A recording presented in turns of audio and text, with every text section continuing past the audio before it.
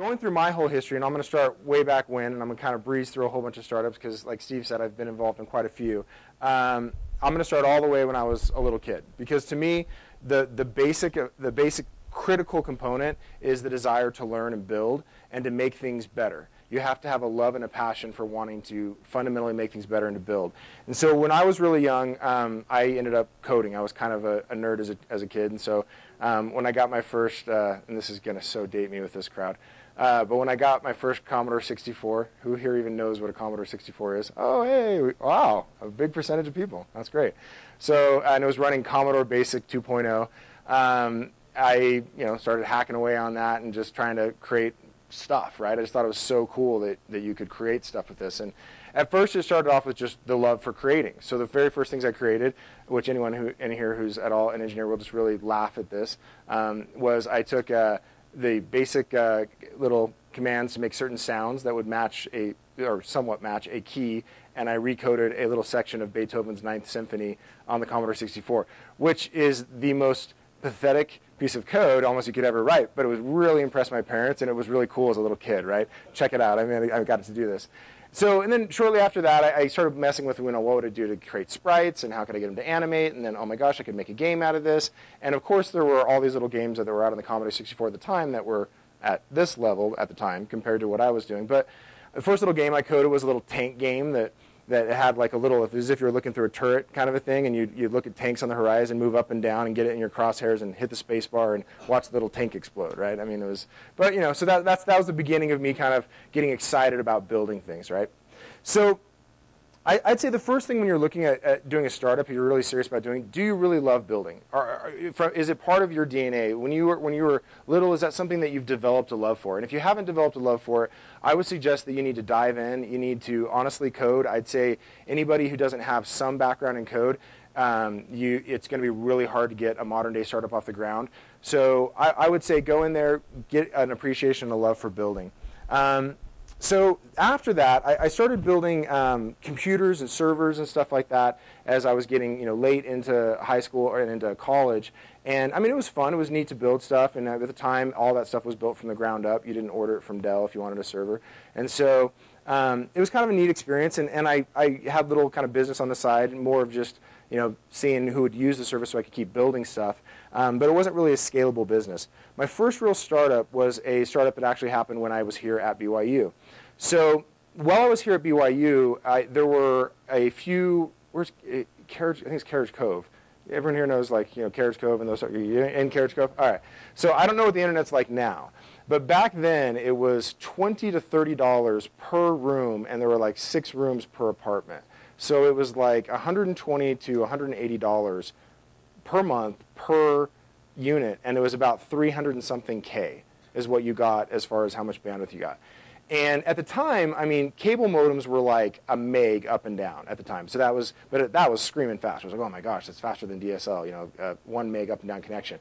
But there was no reason why it would cost as much as it cost. And I looked at that and I thought there's got to be a better way to do this. And I thought, well, if we could bring in one pipe of internet into 300 condos, so what if at the time I was thinking, what if I just got a cable modem, right? And brought in, 1 meg connection and then routed it to all the different units. I could sell it for a fraction of what these poor students are paying, and they could get way better service and way faster speeds, and there's a huge profit margin in it. So then, of course, that evolved into, then I could shoot a wireless link there using this equipment. I could get 5 megs, 10 megs. I could lease a fiber line to get in there using conduit that I'd lease from the city or whatever. So I started figuring out a lot of that stuff, and then we had to figure out how we'd get internet in there. So that was my first company in college, and it was a very, very stressful startup because it was entirely bootstrapped. So it was myself who started it, and then one person kind of came along, and they got like 10% of the company, and they helped me out, and they were kind of like my partner in this. And having to bootstrap when every single time you go buy a box of Cat5 cable for 1,000 feet, you're like, oh, it's $50, and that kind of thing. That's just a really tough way to start a company. But that's how my first one got off the ground.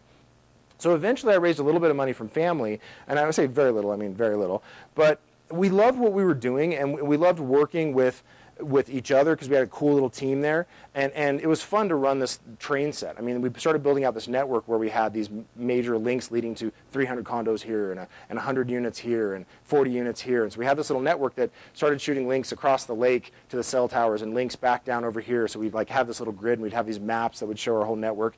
And it was this really cool train set, but it was really hard to manage the thing. And it was constantly breaking because we just couldn't afford the nice equipment. So if we had and this would happen in the winter and it was a miserable experience, if we had like equipment, it locks up. Sometimes you have to just power, power cycle a switch or power cycle whatever. So we'd have a wireless relay lock up.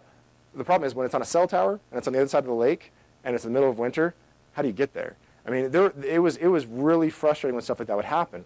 But there's ways to solve that. If we just had more expensive equipment, we could have actually just set it to any time it doesn't respond, ping, ping, ping. If it doesn't respond, power cycle. So you could actually have a little device that you'd plug the wireless equipment or the router into that would also be able to ping something and monitor it. And as soon as it didn't respond, it would just power cycle, right? Then all of a sudden, that same problem of, oh my gosh, I've got to jump in my car and haul across, quit whatever I'm doing, haul across and drive up this whole backside of this mountain and hike to wherever I got to go and power cycle this thing, turned into, it's down. 10 seconds later, it's up.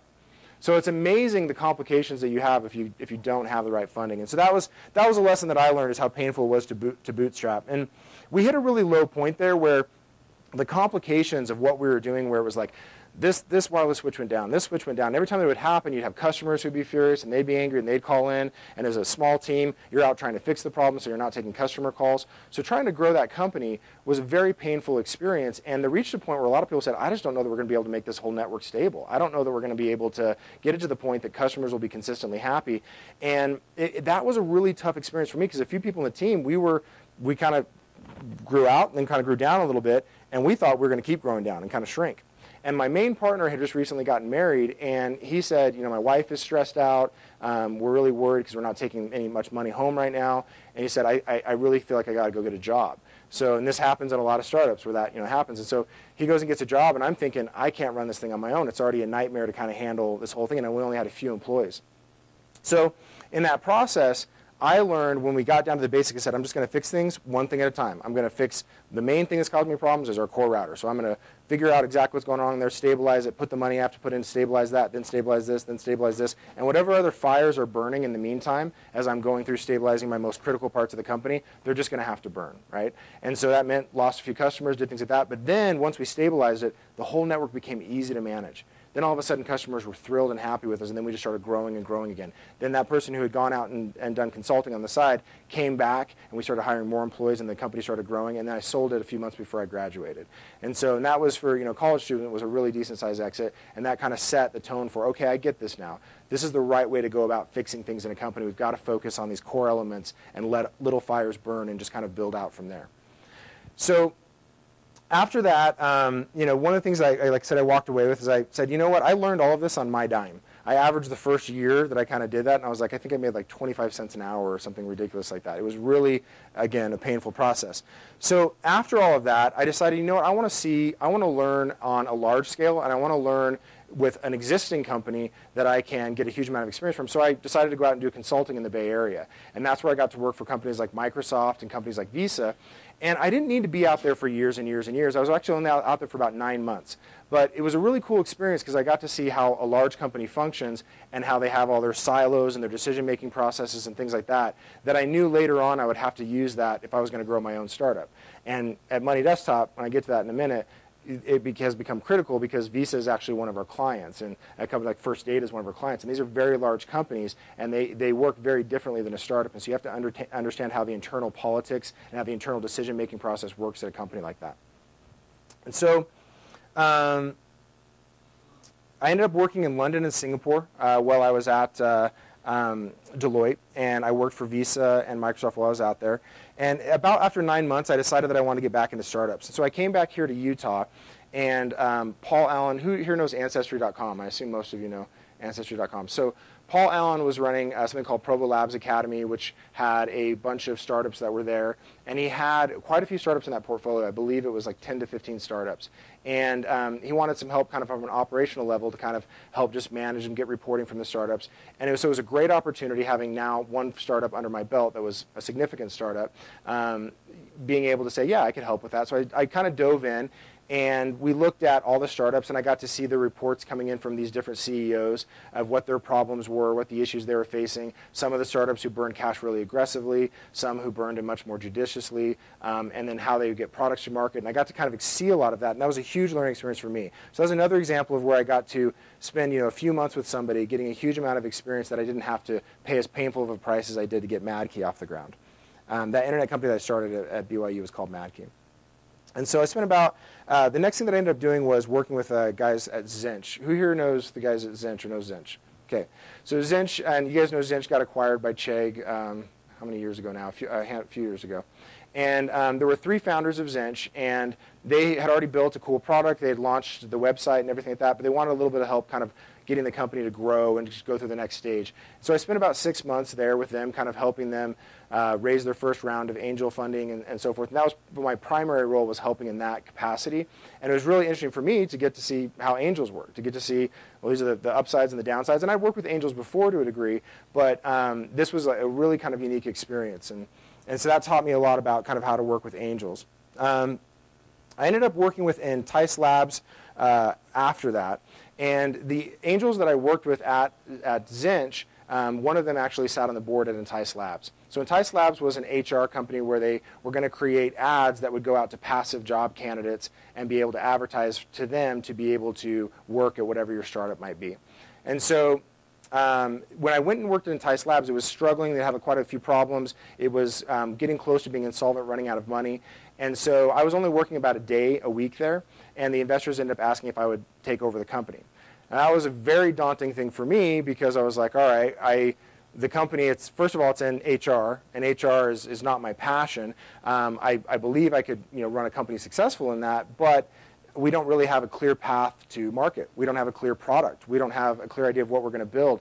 But I really believe that we had a really solid team there, and we had some good ideas that needed to be materialized. But I thought, you know what, this could work. And we debated back and forth, and I eventually ended up telling the investors, sure. So they put another $300,000 or so into the company, and my core team that was there said, yeah, we'll start. So we kind of refounded the company, and then we started growing Entice Labs. And Entice Labs, it was a thing where we thought we knew how to get to the market. We thought we knew kind of the right approaches, but it really came down to selling these large accounts. It came down to getting a few large companies like an IBM and different companies like that to bet on us. And so when I went out and met with IBM in North Carolina, we got them interested. We got a few other companies interested. We got General Electric, GE got interested. And so we ended up signing GE, we ended up signing IBM, and things were going really well. The product was being developed, but it still was in its complete infancy. And so we had kind of an interesting growth there, but we still had, it was a tough ride to get this thing off the ground, because we weren't following like a path that we had discovered. I felt like we were trying to make something work in an industry that we thought it might work, we thought it might be a good idea, but it wasn't like we tripped into an amazing idea and we were like, let's just execute, right? It was more of, we've got this idea, it seems relevant, it definitely sounds cool to do it, but now we've got to go convince people to bet on it. They've got to take the really long ride of letting it not work very well, then work slightly better, then work slightly better over a very long period of time. And that made for running a rather difficult startup. And in that process, the team was working crazy hours and really late hours, and that was what was going to take to get that kind of a company off the ground, because we were in a space with very large players. There were massive companies that were already in the HR space that ran applicant tracking systems and things like that. And so we probably either needed to have a whole lot more funding to tackle it, or we needed to tackle a smaller piece of it. But the way that we made up for that delta is we just worked ourselves to the bone, right? We worked crazy hours. I mean, I worked Thanksgiving Day, Christmas Eve, Christmas Day, New Year's. I mean, it was just everybody was working around the clock to get this thing off the ground. Well, we ended up raising about $2.5 million from one of our largest competitors in the space as we grew the company, because we were actually making really good progress. But the company was still in its infancy, and it still had some pretty big challenges ahead of it. But everybody had been pushed so hard to get to the point that we were at that a lot of people felt like we needed to slow the whole company down. So we ended up meeting as a board, And with the common shares that I had and the fact that I was the CEO, I controlled 3 of the 5 board seats, but you have to elect board members, and they're supposed to be fiduciary in their responsibility to say, well, we think the company should do X, right? So 4 of the board members really felt that we needed to slow the company down, grow it less aggressively, and put in a more kind of seasoned CEO. And since for me, being an entrepreneur, I was like, well, they're probably right. I'm pretty burned out. We've pushed the team really hard. And this next stage of the company probably is best done by a CEO who's going to run the company for the long term and not going to worry about aggressive growth. So I ended up stepping down and handed the keys over to this new CEO. And we had about a little shy of $2 million in the bank account at that time. But over the next 9 months or so, they ended up burning cash much more aggressively than anyone thought. So I got a phone call about 7 months later that a startup that we raised our last round of post money of about $10 million was out of cash and was in critical trouble. So I ended up coming back, and I sat down with the current CEO at the time, and we went through where everything was, what the options were to sell the company, who were the potential buyers. And it was a really interesting learning experience for me of when you're building a startup. If you're going to be on the journey, you have to sign up for the full journey. So if it means that it's a 3-year journey or a 5-year journey or a 10-year journey, if that's the kind of company that you're building, you can't sign up for 1 year and then kind of get off or hand it off to somebody who isn't as dedicated to drive it, or a team that's not going to drive it quite as hard, because there's a good chance that it may wither, because you have to have somebody drive it until it reaches that stability point. So it came back. We ended up selling the company to Neutron Interactive. It wasn't at the valuation that I wanted, and it wasn't at in the way that I wanted, but it was something where it was definitely like a huge lesson that I learned from that. So then now we get into Money Desktop. So who here knows what Money Desktop does, or knows anything about Money Desktop? Got a few hands in the crowd. Okay. So what happened is when I left Entice Labs, first of all, I took some time off because I was rather burned out. So I just traveled for a while and took a few months to kind of do stuff like that. And but then I started getting phone calls, and I started getting the itch to get re-involved in startups. And I had a few companies asking for me to consult on a thing here or there. And 3 of the startups were doing personal financial management. Who's here familiar with what that term means, personal financial management, PFMs? Okay, so it's like a Mint. Everyone here knows Mint.com, right? So like Mint is a PFM. It's a personal financial management tool. And so it was odd that of these companies that I was talking to, 3 of them all happened to be doing PFMs. And so I looked at, when I first heard they were doing PFMs, and they said, hey, would you come in and consult with us and kind of give us advice on our strategy? And I'm like, yeah, sure. So I come in to look at it, and I was just like, it seems like Mint has this solved. It was my first gut reaction, was just like, you're just going to go compete with Mint. It would be like somebody saying, I'm going to start a social network. And I'm like, oh, okay, I'm pretty sure there's somebody who already does that, you know? And so I was saying, you'd have to have a pretty unique advantage. You'd have to have a pretty unique approach. And these 3 different startups, one, as an example, was a white label for multi-level marketing. So they were basically saying, well, we'll just add it in as a feature of part of multi-level marketing. And then there was another one that was saying, well, we think that the way you have a credit score, there's going to be this new thing called a debt score. And then I was like, okay, I mean, that's a cool concept, because I guess debt is really important, and it might make sense to have a score around it. And then there's a third company that said, well, we're just going to sell it for $20 a month. And I was like, well, how is that going to work, right? I heard someone kind of laugh. It doesn't make any sense. Mint's free. And so I'm looking at these strategies, and I said, you know, I don't see, with Mint being free, and Mint makes a pretty good product, they weren't innovating as much as they were innovating day one. Their innovation curve had slowed. They were starting to plateau, and they had been acquired by Intuit, which was obviously, you know, going to slow their innovation. And so I looked at that, and I thought, I just don't see that there's a viable way. And so one of the guys at one of the companies was actually a friend of mine from social circles. And so he said, well, can you look at it again and see if there's any way that this might be able to work? And so I looked at, you know, the space, and I thought, okay, well, if you got to have a product that's better, and that's going to be really hard to do, because Mint already has put years and years into it, and they have a ton of money, and Intuit just bought them, and Intuit has a ton of money, so they're going to put a whole lot of money in making that product great. So that's going to be a really, really hard battle. Now, I agree, with time and enough money and innovation, you can make a product a whole lot better than Mint. But you'd have to be able to get a path to market, or have some massive investor be willing to fund you, you know, $300 million up front. It's just not going to happen, right? And so the product problem was a huge issue. But then I thought path to market. And the path to market thing was the thing that really kind of struck me, because I thought, is Mint going about it the right way?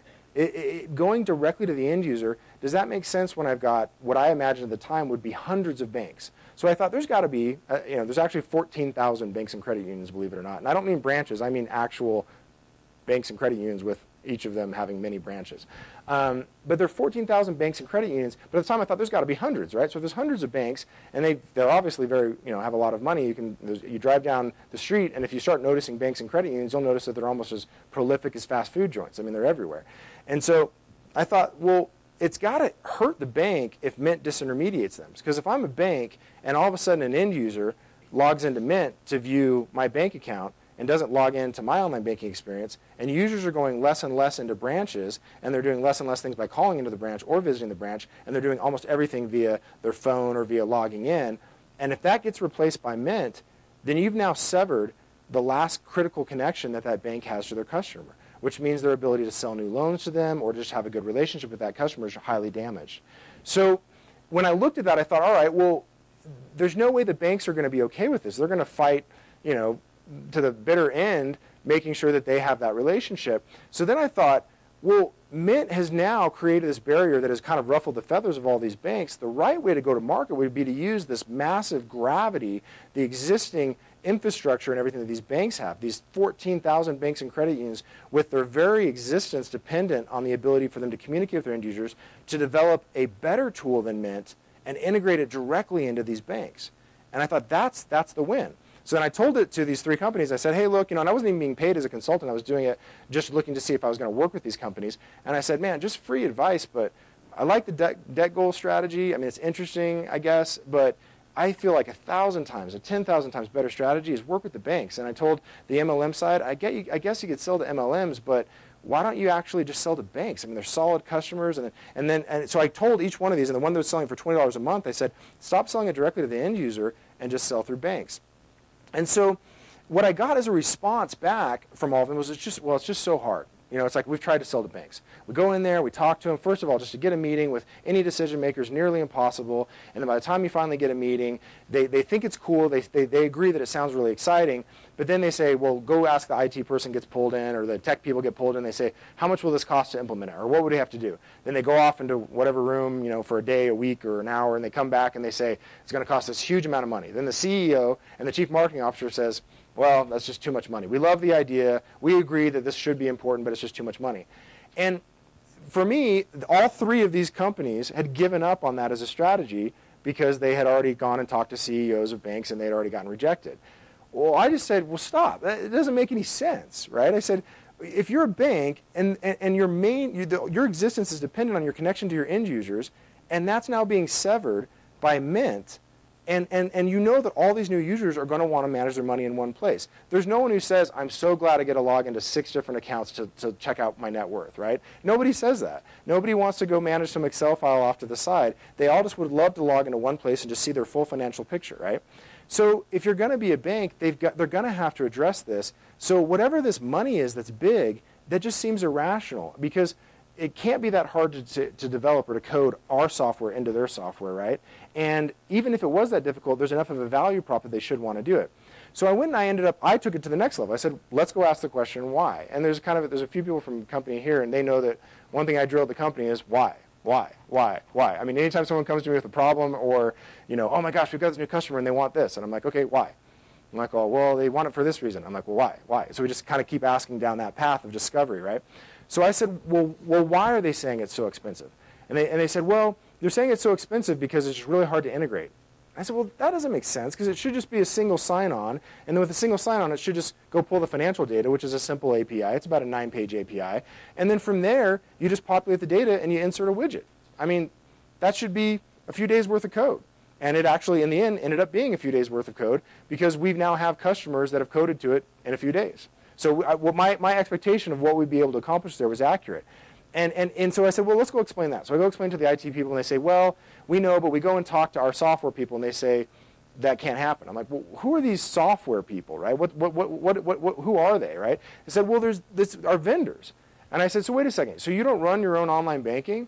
And this was a discovery thing for me. And they were just like, well, no. And I said, okay, that's interesting. I think that a bank would run their own. Okay, so do you not, we don't even run our own core. Our teller systems, we don't run that. Our check reading systems, we don't run that. Our mobile banking, we don't do that. Our remote deposit capture, we don't do that. And so I discovered this whole software stack off to the side, this giant ecosystem that's just making billions of dollars off of 14,000 banks. And I was like, That's the problem, is you guys are talking directly to the bank or the credit union, and then they go off and ask their partner, and their partner says, I don't want to integrate to some other vendor. And they're like, oh, yeah, it'll cost them, say it'll cost this, but make it 10 times that, and they'll go away, right? So then all of a sudden I realized that the conversation was being had with the wrong person. So then I said, well, what if I went around and I talked to the online banking provider? What if I talked to the core provider? What if I went over and talked to the software stack? Now I'm having a very quick conversation because I'm talking a software company to a software company, right? So then all of a sudden they're like, yeah, I get it. API, single sign-on, yeah, I get that. Oh, you use OFX? No, OFX is too bloated. We'll use MDX, it's custom protocol. We wrote it ourselves. Oh, great, great. So software to software, it's an easy conversation. But then they say, well, what's in it for me? So what I realized is the party I had to convince was this online banking provider first. Because the online banking provider says, well, don't you want your online banking product to be better? And they're like, well, yeah, definitely. Don't you have a lot of banks asking for this? Well, yeah, I do. Well, what if we integrated it? Immediately your product gets better, and you're worrying about all these integrations with cores and all these other providers and all the stuff you have to do just to run online banking, right? I'm like, yeah. Well, if I solve this piece, immediately your product looks this much better with a quick integration. And I said, yeah, that makes a huge amount of sense to me.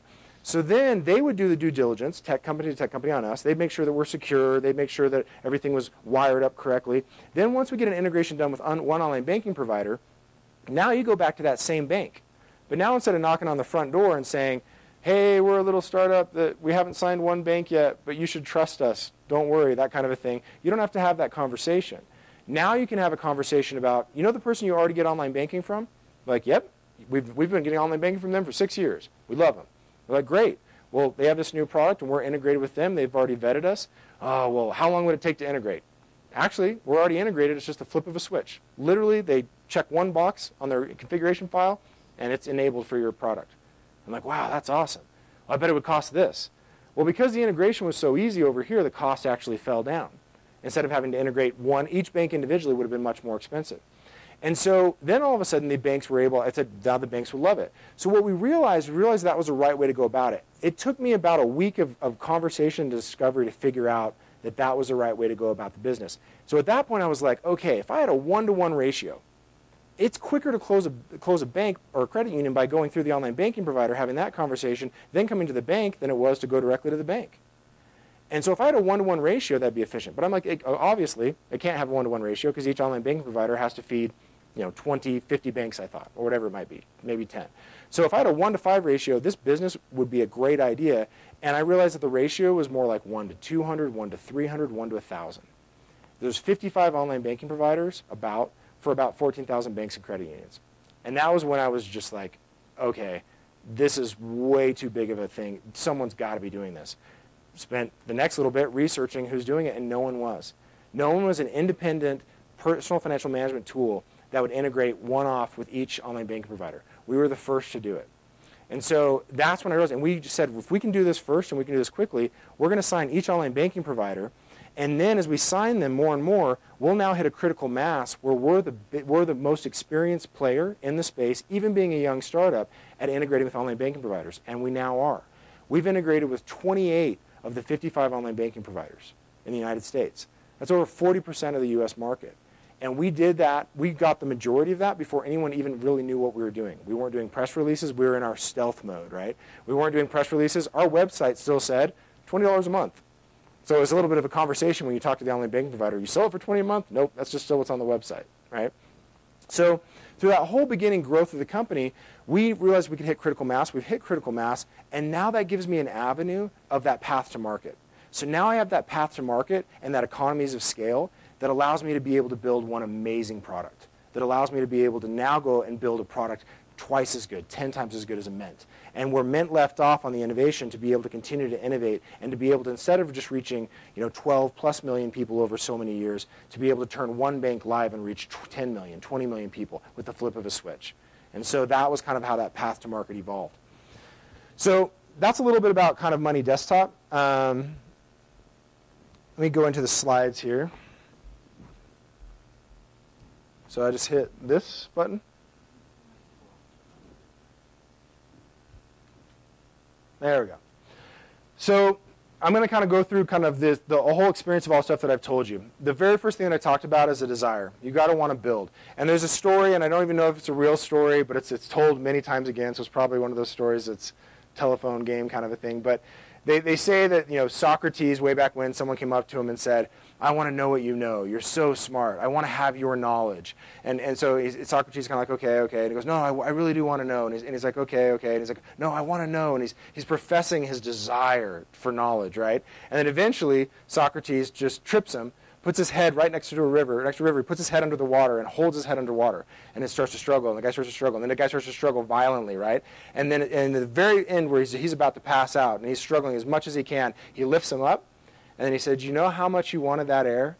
And he's just like, yes. He goes, when you want knowledge that bad, you'll have the knowledge that I have. And so I think the benefit of a story like that is from a startup perspective of saying, are you at a point in your life where you really want to go after a startup? And I think the reason why this is an important question is this will dictate what kind of startup you're going to be able to build. And so a lot of things, I spoke at the UVU panel that they had last week. They had like Dave Bateman with Property Solutions, some guys from Vivint, and Inside Sales. So a few other people on the panel. And we're all kind of discussing the things that you sacrifice when you do a startup. And one of them shared the story of this pianist who was played an amazing in some famous hall in New York or whatever, an amazing pianist. And at the end, someone comes up and says, I would give up anything to play the way that you play. And the pianist says back, I did give up anything. And what's interesting is the individual at the end shared the panel, and I like this story, but I commented right after. I said, I have to say that I disagree. And I said, because that story, unless the story is meant differently than I think it's being portrayed, because I don't think that when you're building a startup, when you're building the right kind of startup, when you're building the right kind of startup at the right phase in your life, it's an incredible sacrifice, but not really. And the reason why is because it's a privilege. There's nothing else you'd rather be doing than building that startup. And so the difference is, it's not that this guy, the way that I would imagine this pianist, is he's not sitting there, drilling away every night, practicing, saying, oh, I hate my life, but I have to do this to be a good pianist. He's loving it. He's creating. Every night he's feeling this music flow through him. Every night he's creating this incredible, he's feeling this song, on this paper, he's bringing to life this melody in the most beautiful way, and it fulfills his soul. And yes, he still will spend this amazing time with his family, and he has that as his top priority, and he has these other things as top priority. But you know what he gives up? The crazy amount of TV we watch. The unbelievable amount of sports that we watch, the next game and the next game and the next game. And look, I like sports. I played sports in college. I love it, but you have to give up. You're not going to get to watch every game if you're going to do a startup, especially certain types. So there's a lot of things that you have to say, okay, I'm going to have to give those things up. But before I give those things up, I don't want it to be something where I look back and say, oh, I had to sacrifice that. I wish I hadn't. Make sure it's the right kind of startup. Make sure it's the right phase of your life. Make sure the critical components of your life, like your family and everything, buy into it and support you in it, and they want you to go for it as much as you do. Otherwise, you'll regret it. And then what you want to do with the startup is you want to reach the end of the startup where you felt privileged to be able to build it, and you loved every single minute of the building part. Now, you're still going to have rough days. You're still going to have days where you're like, why am I doing this to myself, right?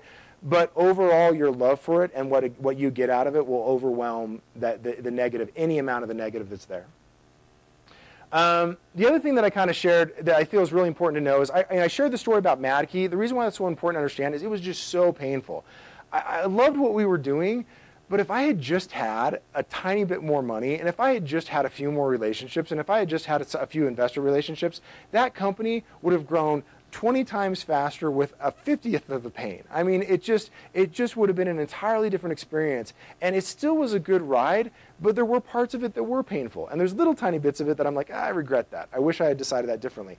So when you look at this chart, what's important to understand is people get an amazing amount of valuable experience at startups, and then they go off and start other amazing, great companies. You can see here Google and a Foursquare. You can see a Microsoft coming up to like a Zoosk and different things. You can see a Yahoo coming up to tons of different ones, and a Facebook as well. And there's an ability to learn a huge amount from an existing startup. And one of the reasons why this is key is imagine you're starting a company, and you're like, okay, we're starting it, we're getting it off the ground, I need someone who's good at sales. Well, the problem is when you're really young in life, you've got a buddy that you think might be good at it, you hope might be good at it, but you don't know. And it's amazing how many startups, the reason why so many startups, because they usually start young, why they have so many friction points and founders end up having falling outs and things like that, are because people think and they hope they're going to be good at certain things, but you don't know. Once you've worked at a small startup that's an existing startup, you now know. So say you're a sales guy, you know that rock star engineer. You know that amazing marketing person. You know that amazing IT person that'll do this. So you already know the people that you're like, man, if I ever started a company, that's the first person I would call. But here's the other benefit. You've been able to establish your reputation within that startup. So when you call them, they're going to say, I know you. And I'm like, oh, man, you're right. If you started this company, I know you could sell. Or you're the IT guy, and you call the sales guy. And they say, man, I saw the software you could build. You're right. I'll come do this with you. So you have people that have a built-in team that you've already experienced people that go with you or that they fully vest and they go do different things. And also, if they were part of this startup, they usually have options or shares. So you should have a little bit of a nest egg if you joined a good, successful startup, like a little one. Sometimes it's a really big one, depending on how the startup goes. But that enables you to now be able to bootstrap your own company and let you have control of it for a longer part of the beginning. The other huge benefit is that if you were already at a good, successful startup, you can say, oh yeah, I was the 30th person at Google, or I was this person at that, and you can have investors that you can be connected to. You also, if you had good relationship with the senior management of these different companies, or even were part of senior management, then they can connect you directly to investors, and it is a lot easier to raise money from investors who already know you, a lot easier than to raise money from investors who don't know you from Adam. So it's really important to understand how valuable that is. Now this is probably, I think, one of the most important things to understand. And I feel adamant about this. And I respect entrepreneurs so much who build a different kind of company than I build. But it's really important to understand what kind of company you're ready to build. And that's where the very first idea is so important. Do you know what the idea is? Do you know how bad you want it? If this is an idea that you want to build aggressively and you want to build fast, and the idea needs to be built aggressively and it needs to be built fast for it to survive, you need to know that. Because that means that you're this kind of a startup. If you can build more organically and slow over time, you're this kind of a startup. And they're wildly, wildly, wildly different. They both have their benefits and they both have their negatives. In a rocket, if all of a sudden I get a team of people together, we build a rocket, we climb into the top of the rocket, and we take off the rocket. And all of a sudden we realize that we planned wrong, we realize we don't have quite enough fuel, we realize whatever, and now I'm a mile up in the air. How much trouble am I in? I'm in a world of hurt.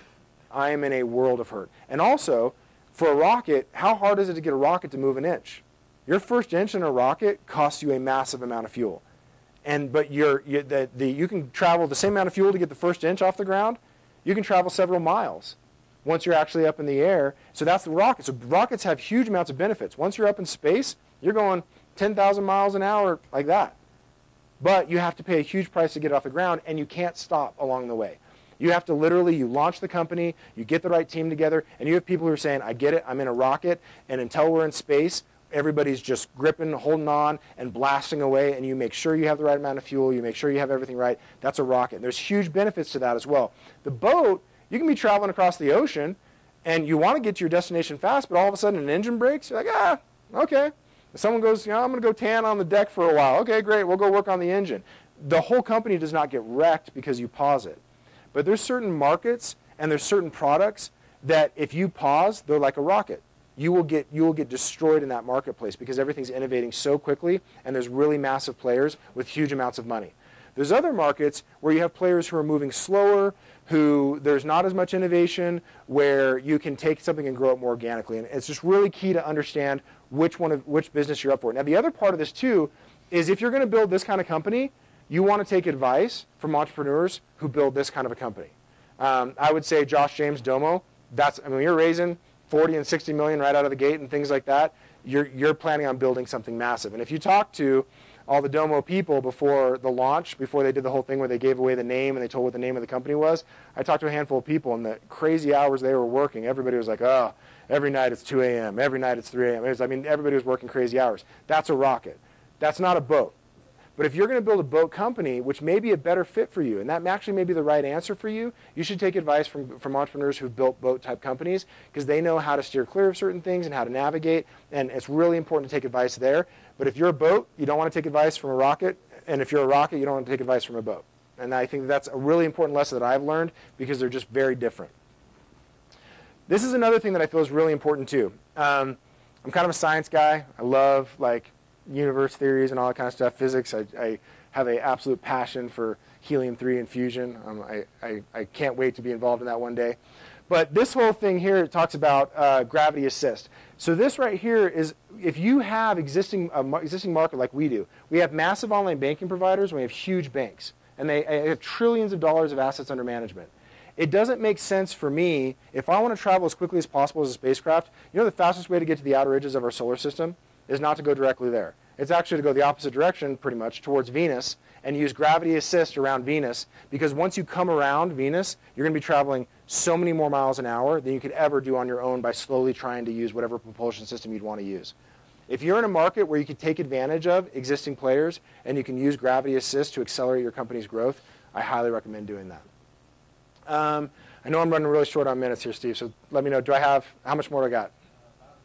Really? Okay, I'll do this really quickly. Capital raised. There we go. So a little bit about the company. We started with 4 employees back in March of 2010. We ended up launching, we were live on our platform with our first FI by December. So we built an enterprise level software. It's in its very first stage. It was its very first iteration, but we built it in a very short period of time. These are our customers. These are the headquarters of all of the banks and credit unions that subscribe to our service. So we're truly a national company now. This shows you a little bit about our growth. Here are competitors in our space. You can see like a FinanceWorks and a Geezio and a Lodo. This is our growth in 2 years. If we continue the same growth, this is where we'll be in 4 years, 5 years, and 6.5 years. You can see how it stacks up to competitors. This shows you our monthly recurring revenue. So this shows you how quickly our company right now, all the hard work that we put in back here, this is the rocket. You're barely moving an inch, but you're putting in a ton of work. You're barely moving an inch, but you're putting in a ton of work, and all of a sudden, starts to take off. That's a rocket-style company. And so you can see kind of we're getting our J-curve right now. This is the rocket again. We had a good year in 2010, believe it or not, and we had a good year in 2011, but 2012, you can see how it's kind of taking off from there. Again, it's the rocket approach. We're really proud of our team. We've got some of the most passionate people around. This is what fuels your startup, is the right people that properly link up with your company and have the right desire for it. This is our product. We feel it's one of the most innovative products around. And these are some of the awards. The last 6 major financial technology shows we've had, these are fintech shows. This is ones that all companies from Google to Chase or whatever have presented at. We won the best of show at the last 6 consecutive shows. Our little startup out of Utah got the best of show. Out of Finovate 2 times in a row, BAI, Cunitech. It's been a good last year. So this is a little bit of our culture. I'm really short on time, so I'll get right to questions.